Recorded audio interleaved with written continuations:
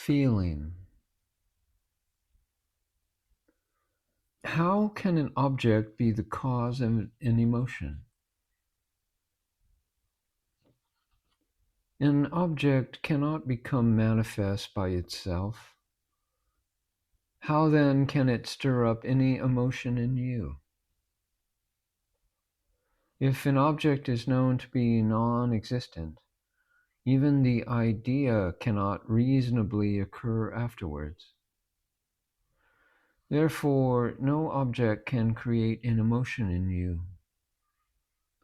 Understanding this in the manner establishes you in your real nature. But how to face emotions? You may face your emotions successfully in two ways.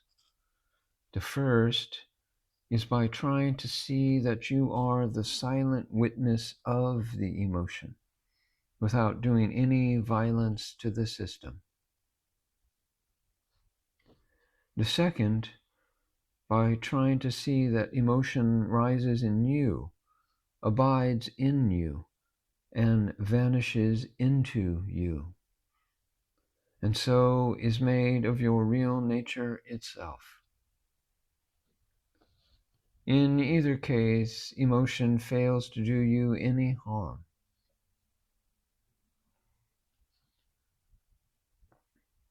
What happens when I say, I am angry? Since you perceive all the three states and all your activities from birth till death, you are evidently a changeless being. But when you say you are angry, you actually become anger itself. This is, of course, a clear change from your center, and that cannot be. Therefore, anger or any other feeling is only an appearance. You can remember your anger afterwards, so you must have perceived the anger yourself. As perceiver, you can never be affected by the anger. So you were never angry.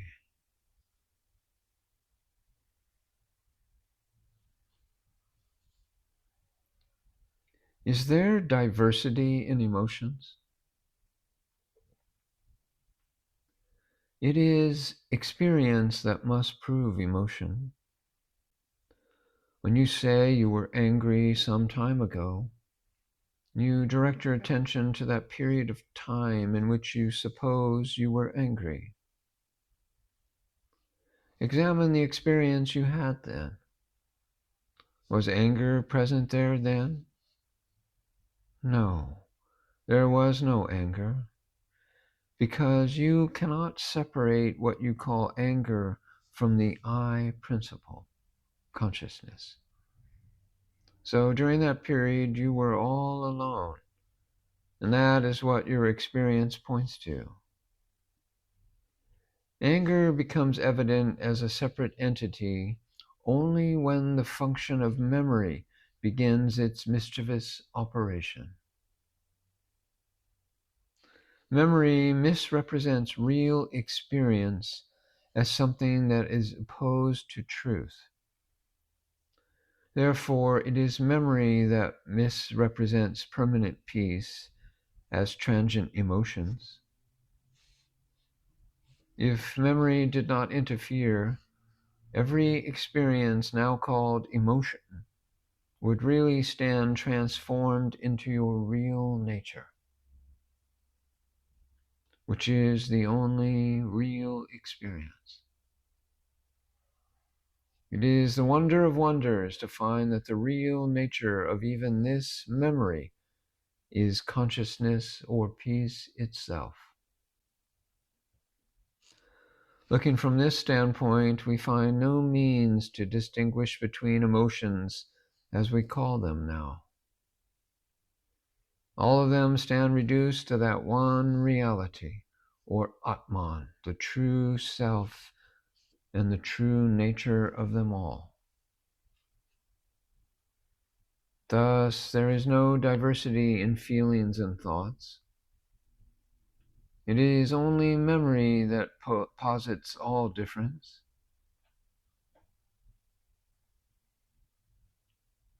Where is feeling? Feeling is the generic of all feelings. The generic feeling is the oneness in the diversity. It is not in the heart, it is the absolute.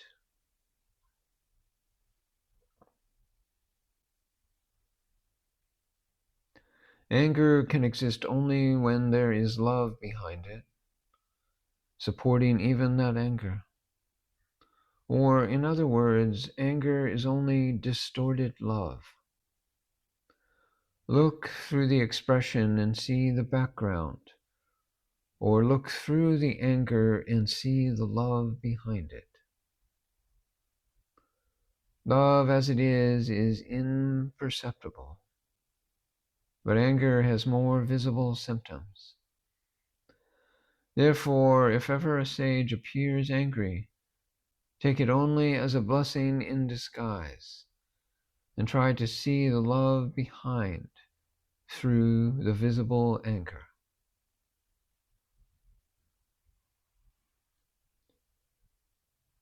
Can you speak of hate, and how do we get rid of it?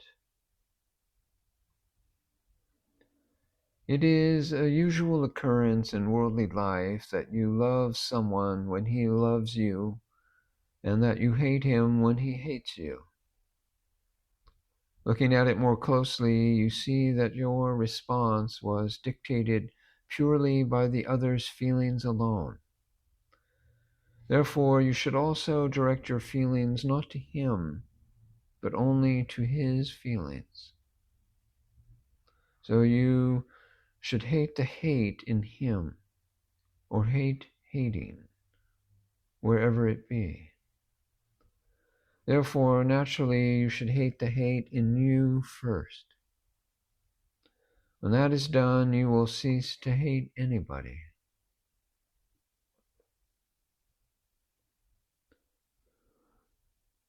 What about fighting against dislike towards another?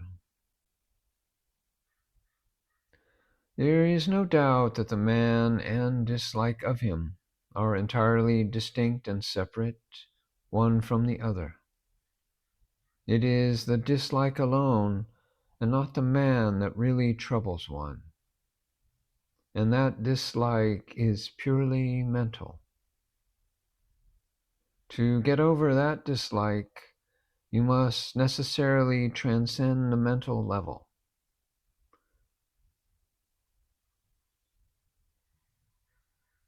That is the only possible way.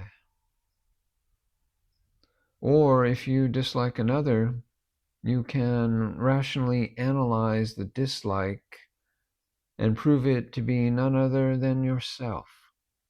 And the dislike is immediately transformed into love.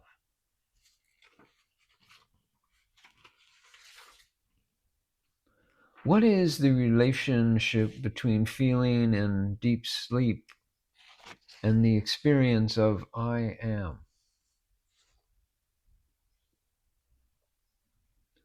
Can I think of any feeling, for example, hate? No. Hate as such can never be an object of thought. Hate cannot stand divorced from the objects with which it is connected. You cannot conceive of hatred. It can never appear by itself. Thoughts have to be indented upon to lead you on to it. And these thoughts themselves suddenly expire, plunging you into the experience called feeling, which is beyond all thought. It is in the same manner that you think of deep sleep. You think of all things connected with deep sleep, other than deep sleep itself. At last all thoughts expire, and you are left alone in the state called deep sleep. In a similar way, in the thought about yourself, you think about your body, senses, and mind as all distinct and separate from you, and dismiss them. When all those thoughts expire, you are left alone in yourself. You are that principle which remains over, even after everything perceivable has been eliminated from you. You say it was all peace or all happiness in deep sleep, but neither the heart nor the mind was there to enjoy it. That experience is a typical instance of feeling without feeling. Happiness or peace alone is the subject, and all feelings or emotions are objects. What are feelings or emotions? Every feeling is said to be a wave in the ocean of peace. The analogy is not strictly correct, for here we must understand that there is wave only in the ocean, and that there is no wave in peace. In peace there is neither ocean nor wave, as there is neither ocean nor wave in water. And in a similar way, there are no thoughts or feelings in me as the real I principle consciousness. Understanding feelings in this manner, you can enjoy even the feeling of misery by emphasizing the real content of that misery and dismissing the illusory name and form. Thus, every emotion is a clear pointer to that permanent background of peace. So you can very well lose your apparent self at the upsurge of any emotion, but not in the emotion itself, but in its permanent background. We have all had the occasion of witnessing tragic dramas brimming over with pathos and cold cruelty towards the righteous, at which we have wept from the start to finish. But the next day again we are prepared to pay in order to witness the same drama, so that we may continue to weep. What is the secret of this? Is this not the enjoyment of misery? This shows you that there is something inherent in the so-called misery that tempts you to court it again. It is nothing but the background peace which is behind all emotions. Therefore, see through every emotion and perceive that peace alone is there. This is what every jnani does. So he enjoys every feeling which you so carefully separate from peace and thereby suffer.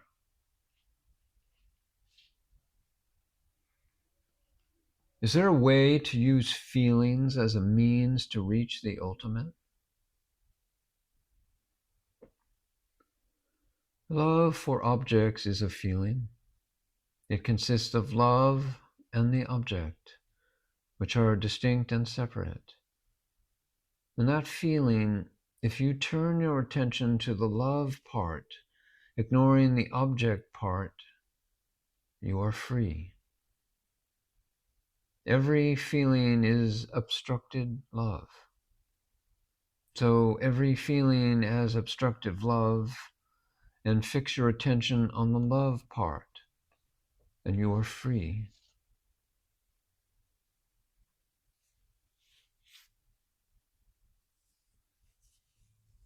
Love is pure and by nature objectless. It is one with Ananda, or peace and bliss. But when mental desires are brought to bear upon love, that love becomes degenerate and objectified as passion or desire. Out of the passion arise the manifold passions of enmity, anger, greed, and such, and you groan under their weight. The only way of escape from this malady is to trace back the course to love by relinquishing desires and their objects. Then passion gets sublimated and disappears, and pure love shines in all its glory, and you stand as one with it in identity.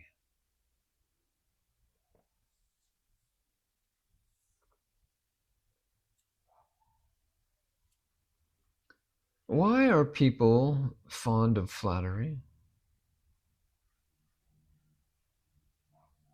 All flattery is directed to the reality behind the ego. Even though you do not know it, you are that reality. The false identification of the ego with the I principle consciousness enables you to be pleased, and the ego wrongly claims for himself all praise.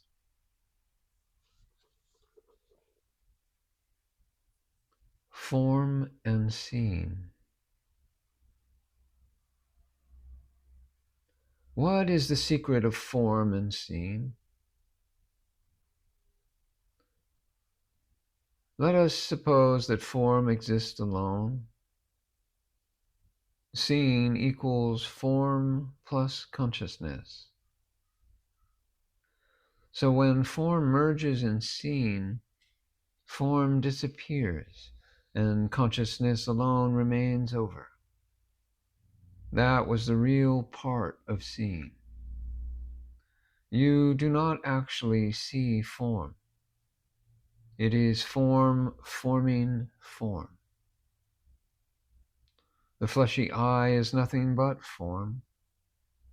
It is this fleshy eye that forms form as if it was outside. But what happens when I see a form?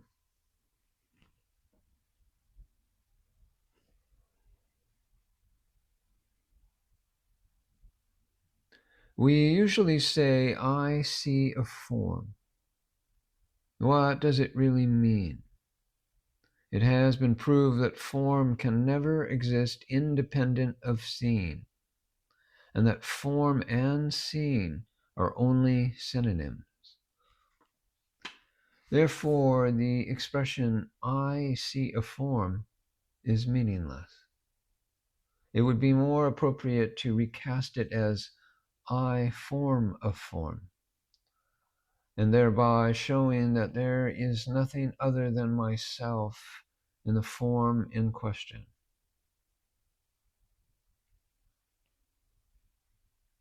But what is the relationship between form, seeing, and consciousness? Seeing is the verb form of form, because seeing goes into the make of form.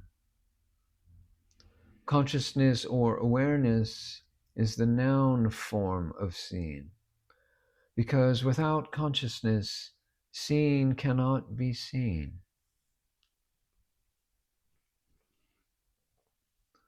What happens when I see? When you see, the seeing alone is there and not knowledge. But of course, there is knowledge in the seeing. So far as seeing is concerned, that knowledge part is not taken into account at all. When the seeing is completed, form vanishes and knowledge dawns. Not knowledge of the form, but knowledge pure, jnana. Thus, every object ties you down not to unreality, but to reality itself. Therefore, every activity destroys its object by making it vanish into the reality. When I see is examined closely, seeing vanishes, and you will be forced to say, I do not see. But ordinarily, you do not push far enough in order to examine the statement. When examined, the I do not see vanishes likewise, and there is only I am. Thus, the truth is beyond both I see and I do not see. So, regarding any object, you come to the conclusion that there is nothing. Here, nothing is the name of reality. Therefore, in order to understand the significance of any activity, one has to transcend the opposites.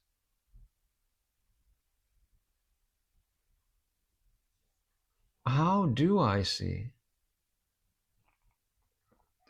Seeing is an expression of consciousness. Consciousness first expresses itself inwardly. It is only afterwards that it expresses itself outwardly. Unless you see yourself inwardly, you cannot see yourself outwardly either. The latter is only a corollary of the former. You say that all forms you see are seen alone, because form and seeing are one. Why can't you assert for the same reason that all is form? The basic method employed in all examination or inquiry is the verification of distant things by instruments nearer and better known to you. Therefore, you cannot take your stand in form and examine seeing, since seeing is nearer to you than form. So form merges in seeing and not the other way around. In examining the world, the object first reduces itself into the known. In the next step, the known is found to be nothing but knowledge itself. So the world is nothing but knowledge.